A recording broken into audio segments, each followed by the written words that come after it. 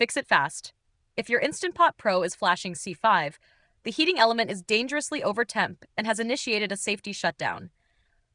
Here's how to clear the code and get back to cooking. Step 1. The cool down press cancel immediately. The C5 error locks the unit until the element drops to a safe temperature.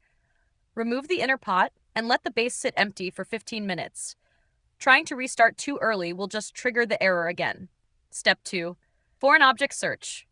Look into the empty cooker base. A stray piece of foil, a bottle cap, or even a grain of rice trapped between the heating plate and the inner pot causes localized overheating. Clear the base and wipe the element with a dry cloth to ensure perfect flat contact with the pot.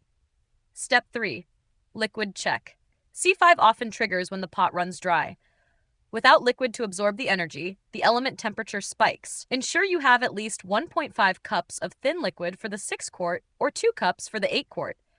If the bottom of your inner pot is blackened or scorched, you need more water. Step 4. The pot and pot fix. Thick sauces and starchy foods insulate the bottom of the pot, trapping heat and triggering C5.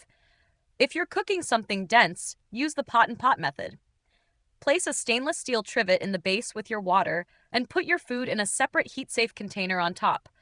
I've linked a trivet with handles below. It's the best way to cook thick meals without ever seeing an error code. Step 5. Seat and restart. Once the base is cool, reinsert the inner pot.